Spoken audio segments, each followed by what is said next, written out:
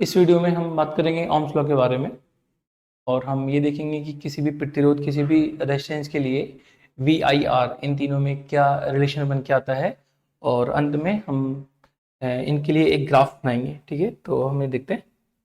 हमारे पास में एक रजिस्टर है,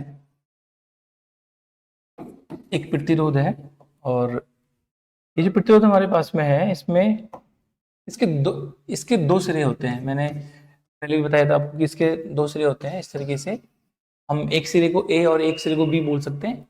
ये जो सिरा आपके पास में है, इस सिरे का जो विभव होगा, जो पोटेंशियल होगा, वी होगा और इसका जो पोटेंशियल होगा वो वी बी होगा। तो हम ये बोलेंगे यहाँ पे कि हमारे पास में वी ए और वी बी ये दोनों पोटेंशियल हैं। इसके पोटेंशियल है, ये दोनों इस रेजिस्टेंस, इस प्रतिरोध के जो दोनों सिरे हैं, जो दोनों एंड्स हैं, उनके पोटेंशियल हैं, उनके विभव हैं। और हम की बात करेंगे, जो विभव आपके पास में है, अब ये जो पोटेंशियल आपके पास में है, जो विभव आपके पास में है, एक विभव ज्यादा होगा, एक विभव कम होगा। ये भी हो सकता है कि ये दोनों विभव बराबर हों, ये हो सकता है कि ये कम ज्यादा हों। यदि हमारे पास में विभव कम ज्यादा है, मैं आपको एक एनालॉजी सिखाऊंगा इसके अंदर। जैसे आप मान के चलिए कि आपके पास में एक पानी का ऐसे एक ट्यूब है या एक नली है जिसके अंदर पानी भरा हुआ है। इसके अंदर यहाँ पे ऐसे पानी भरा हुआ है। तो आप देखेंगे ये जो पानी जो भरा हुआ है इसके अंदर, और आपने इसको एक ऐसे दो हाइट पे लगाया हुआ है। दो पोल्स आपके पास में हैं और दोनों पोल्स की जो हाइट है वो इक्वल है। मान लेते हैं इसकी हाइट आपके पास में 2 मीटर है और इसकी हाइट भी 2 मीटर है और इस पूरी ट्यूब के अंदर आपने पानी भर रखा है और आपने इसको ऐसे बंद कर रखा है, यहाँ से इसको क्लोज कर रखा है, बंद कर रखा है। अब देखेंगे यदि इन दोनों पोल्स की हाइट 2 मीटर है तो आप देखेंगे ये जो पानी है ये इक्वल स्टेबल स्टेट में होगा। इसके अंदर ये एक स्टेबल स्टेट में होगा, नो फ्लो ऑफ वाटर, पानी का कोई भी फ्लो नहीं होगा इसके अंदर। अब यदि मैं इसमें से किसी एक पोल की हाइट को कम कर दूं, सपोज करो मैं इस पोल की हाइट को कम कर दूं और मैं इसको ऐसे बनाऊं कि आप इसी सेम ट्यूब को आप 2 मीटर, एक पोल इधर है और आप एक पोल यहां बनाते हैं जिसकी हाइट 1.5 मीटर है, मीन्स 1.5 मीटर है। अब हम इस ट्यूब को इसके ऊपर ऐसे रखते हैं और ये वाला एंड है, मैं इस सिरे को ओपन कर देता हूं। तो क्या होगा, आपका जितना भी पानी इसके अंदर भरा हुआ है सारा का सारा पानी ऐसे फ्लो कर जाएगा, सारा पानी ऐसे फ्लो कर जाएगा। क्या पानी इस तरफ फ्लो करेगा? नो। आपका जो पानी होता है, आपका जो वाटर होता है, ये आपका कोई भी लिक्विड होता है, वो लिक्विड हायर हाइट से लोअर हाइट की तरफ फ्लो करता है। ज्यादा ऊंचाई से कम ऊंचाई की तरफ आपका वाटर, आपका पानी, आपका कोई भी लिक्विड फ्लो करता है। इसी तरीके से हम इसकी बात करेंगे। एक रेजिस्टेंस है जिसके दो सिरे हैं, दो एंड्स हैं और एक सिरे पे हम मान लेते हैं ये जो V है आपके पास में है, दिस इज हायर पोटेंशियल। ये आपका हायर पोटेंशियल है, इसको बोलेंगे ये उच्च विभव है। और VB को मान लेते हैं हम लोअर पोटेंशियल, जिसको हम बोलेंगे निम्न विभव।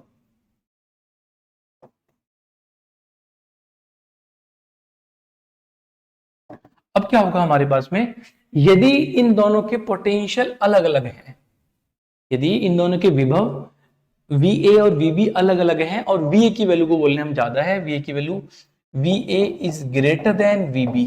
अब क्या होगा, due to that potential difference, इस पोटेंशियल डिफरेंस के कारण आपका करंट, आपका चार्ज हायर पोटेंशियल से लोअर पोटेंशियल की तरफ फ्लो करेगा।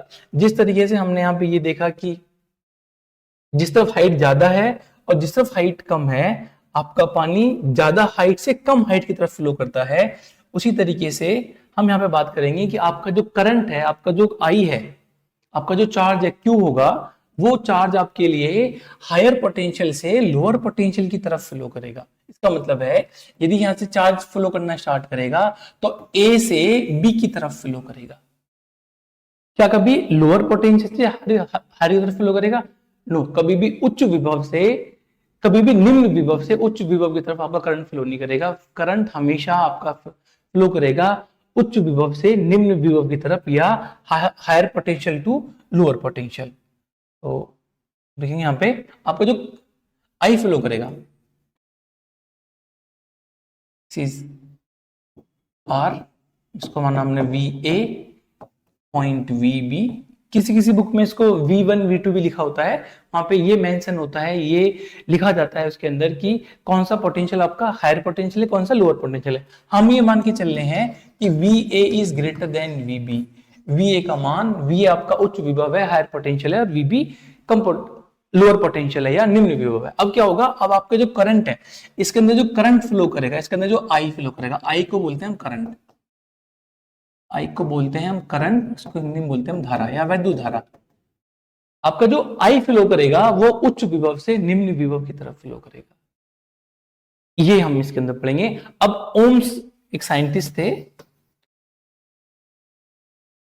उन्होंने एक लॉ दिया था इसके ऊपर, उन्होंने लॉ एक नियम दिया था, उन्होंने उस नियम में ये बताया था कि यदि आपके पास में एक रजिस्टर है, उसके दोनों एंड्स का पोटेंशियल डिफरेंस, मैं बात कर रहा हूं यहां पे पोटेंशियल डिफरेंस की, यदि उन दोनों का एंड्स का जो पोटेंशियल डिफरेंस है, पोटेंशियल डिफरेंस कैसे निकालते हैं, हमने लास्ट एपिसोड में ये सीखा था कि जो हायर पोटेंशियल है उस हायर पोटेंशियल से लोअर पोटेंशियल को आप माइनस कर देंगे तो उसके अंदर आपको पोटेंशियल डिफरेंस मिल जाता है, आपको विभानांतर मिल जाता है, को विभानांतर मिल जाएगा। हम क्या करेंगे, हायर पोटेंशियल क्या है आपके पास में, वी ए माइनस वीबी, इसको बोलते हैं पोटेंशियल डिफरेंस। किसी भी रेजिस्टेंस, किसी भी प्रतिरोध के दोनों सिरों का जो विभानांतर है वो वीए माइनस वीबी है। क्यों? क्योंकि हमने ये मान रखा है कि वीए का मान ज्यादा है, वीबी का मान कम है। अब मैं इस हायर पोटेंशियल और लोअर पोटेंशियल के डिफरेंस को मैं क्या बोलूंगा, मैं बोलूंगा वी, तो माना जाएगा हमेशा वी। अब जो आपके पास में जो पोटेंशियल डिफरेंस होगा, मैं इसको बोलूंगा P D, means potential difference, विभानांतर, हम बोलेंगे V बराबर V A minus V B. अब ओम्स ने क्या बताया था, उन्होंने ये बताया था कि यदि आपके पास में कोई भी पोटेंशियल डिफरेंस है, पोटेंशियल डिफरेंस क्या है इसके लिए, विभानांतर क्या है, पोटेंशियल डिफरेंस आपके लिए हो गया V। इस रेजिस्टेंस में, इस प्रतिरोध में फ्लो होने वाली करंट या फ्लो होने वाली धारा, जो धारा आपकी बहेगी वो धारा इस पोटेंशियल डिफरेंस के प्रोपोर्शनल होगी, इसके समानुपाती होगी। मैं स्टेटमेंट फिर से रिपीट करता हूं। ओम्स लॉ, ओम्स साहब ने ये बताया था कि यदि किसी भी रजिस्टर के दोनों सिरों का पोटेंशियल डिफरेंस V है, दोनों सिरों का विभानांतर V है, उस रजिस्टर में फ्लो होने वाली करंट इस V के प्रोपोर्शनल होगी और इस V पे डिपेंड करेगी। ठीक है, तो ये लिखा जाएगा current flowing in registers, the current flowing in the resistor depends on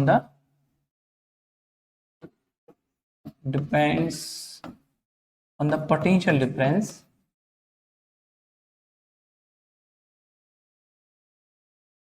of both ends,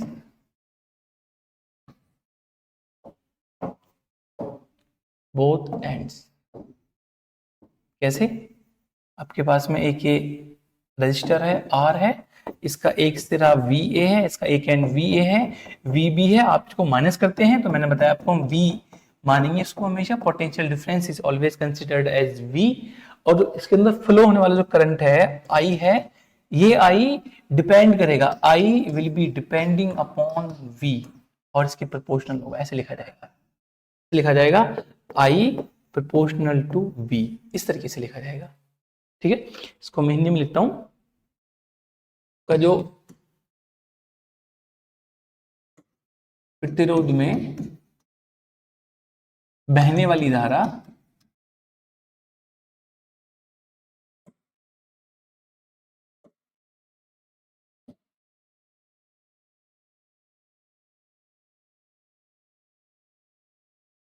प्रतिरोध के सिरों के विभानांतर के समानुपाती होती है।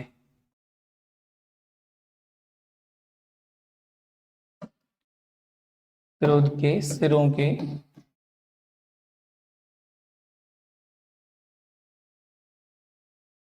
विभानांतर के समानुपाती होती है।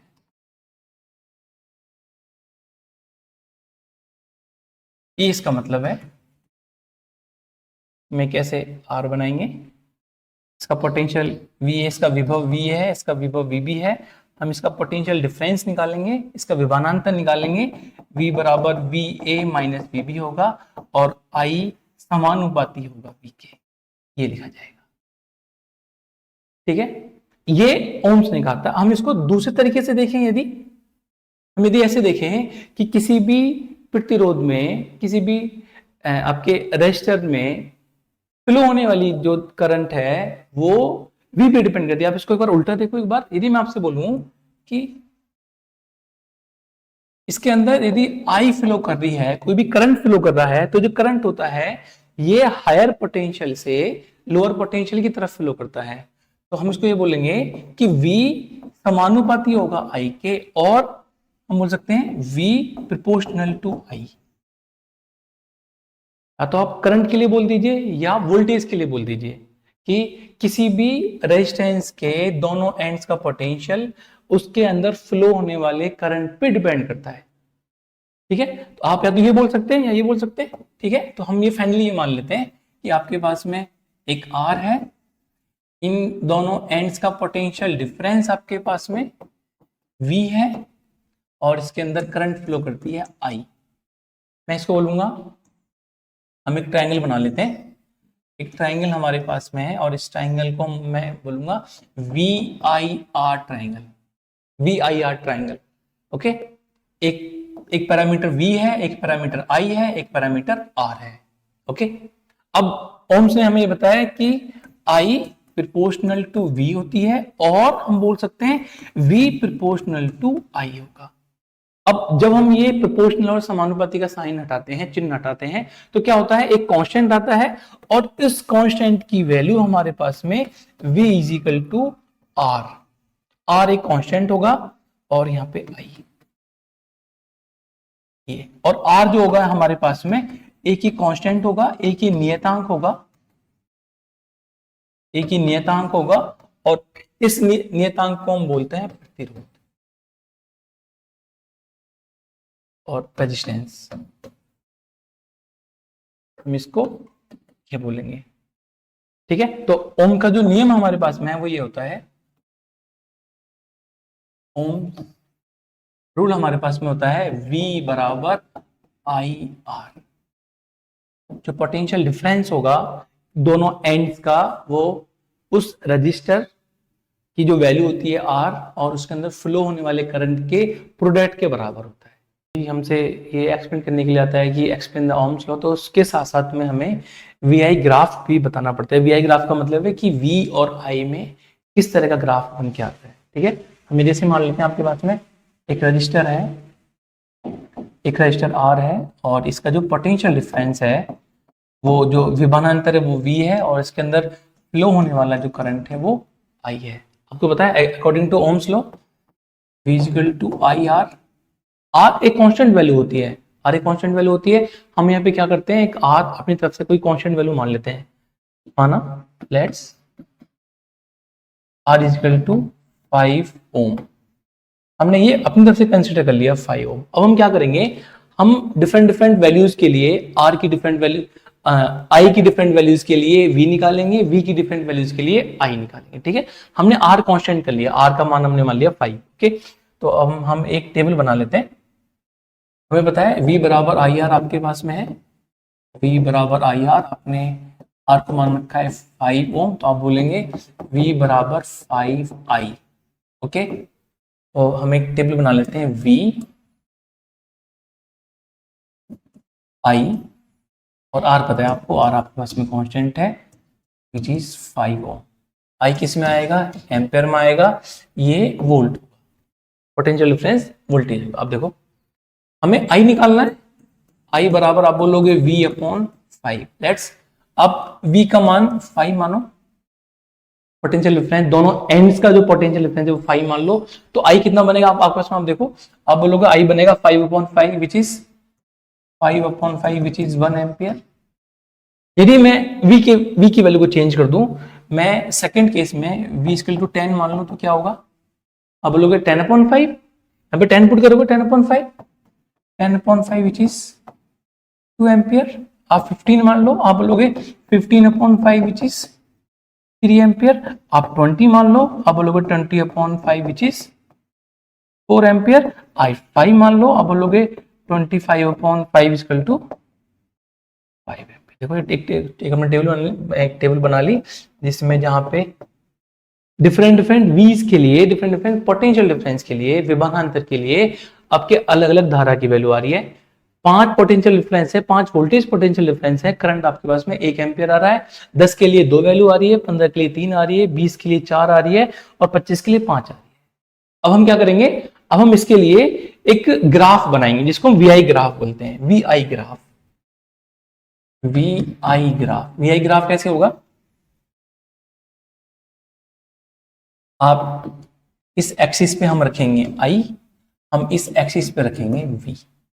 ठीक है, अब देखो आपने V की वैल्यू ली थी पहले 5, फिर 10, 10, फिर 15, 20, 25। एक बात और देख लो आप यहाँ पे, यदि मैं इस वोल्टेज को 0 कर देता हूं, इस वोल्टेज मींस मैं यदि इस पोटेंशियल डिफरेंस को 0 कर देता हूं, तो क्या कोई करंट फ्लो होगा, कोई करंट फ्लो नहीं होगा, कोई भी करंट फ्लो नहीं होगा। यदि मैंने V के मान को 0 कर दिया तो आप बोलेंगे I का मान 0/5 बराबर 0 एम्पियर।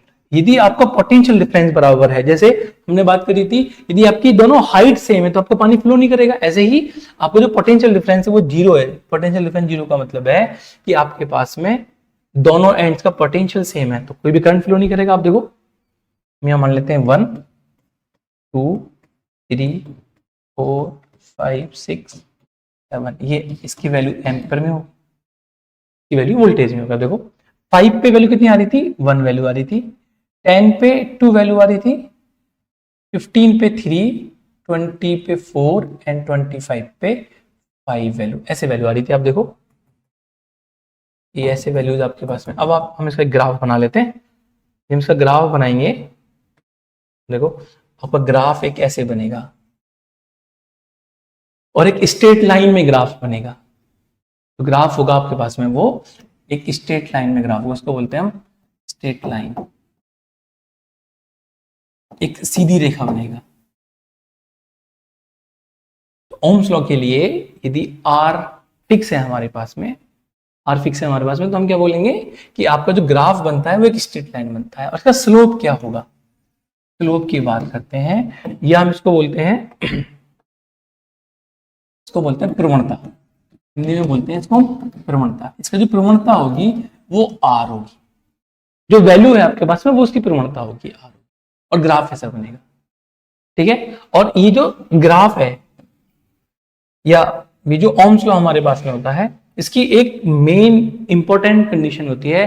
कंडीशन ये होती है हमारे पास में कि ये एक नियत ताप पर माना जाता है, नियत ताप, और एक हम कांस्टेंट टेम्परेचर पे ये हम मानते हैं, हमें कांस्टेंट टेम्परेचर पे मानते हैं कि जो भी ओम्स लॉ है वो V इक्वल टू IR, एक कांस्टेंट टेम्परेचर, एक नियत ताप पर ये सारी की सारी वैल्यूज एग्जिस्ट करती हैं। ठीक है, चलो इसके कुछ क्वेश्चन देखते हैं।